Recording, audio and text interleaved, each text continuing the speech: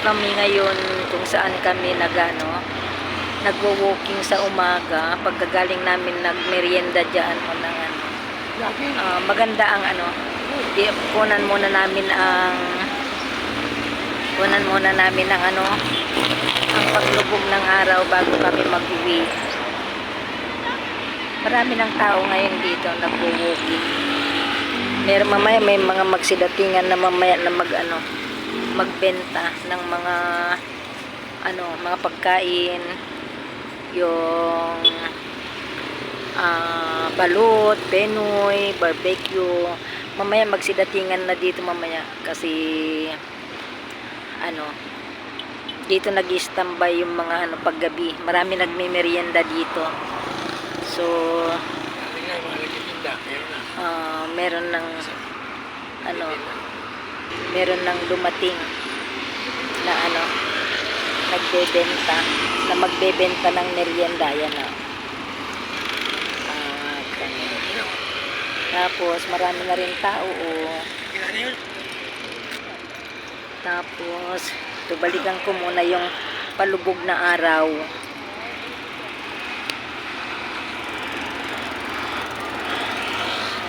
Maganda.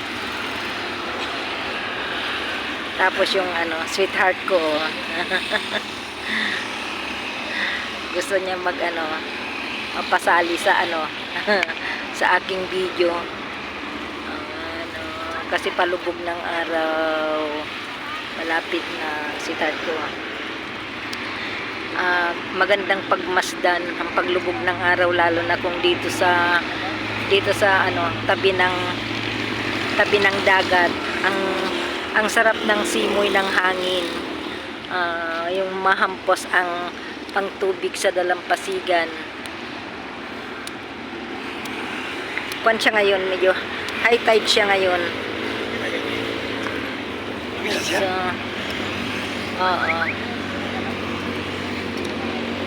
maganda. Kasi palubog na siya. Maganda sana hanggang yung maglubog na siya. Nandito lang sana ako nakabantay hanggang maglubog. So, maganda. Tapos, maganda rin kahit na maingay yung mga dumadaan na sasakyan ay maririnig mo talaga yung hampas ng tubig sa dalampasigan. So, tapos maganda pagad talaga yung yung simoy ng hangin. Yung asawa ko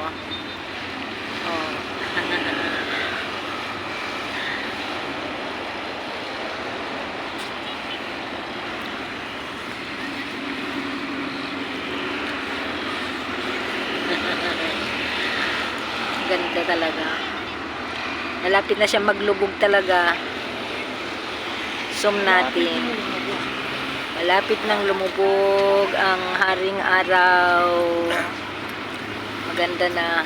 Parami ng tao dito sa sa seawall. Kasi maganda dito pag hindi lang sa umaga, pati rin sa hapon kasi marami nagtatambay dito. Ganda ng kwan ng maano yung tubig. Hindi maganda ang templa ng tubig ngayon. Ayun, lulubog na ang haring araw. Isom natin, sinom ko. Ang ganda.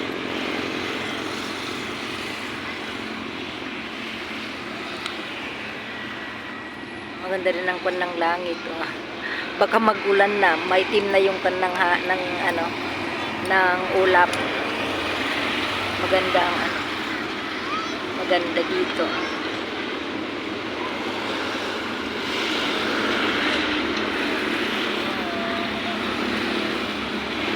Ayun, maliit na lang.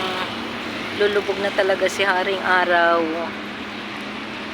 Ang ganda ng ang ganda ng amoy dito sa may tabi ng dagat. Ang sarap ng hangin.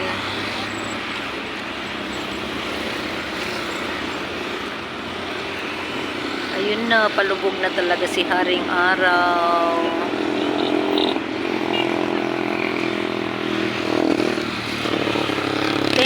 for watching. God bless. Love you guys.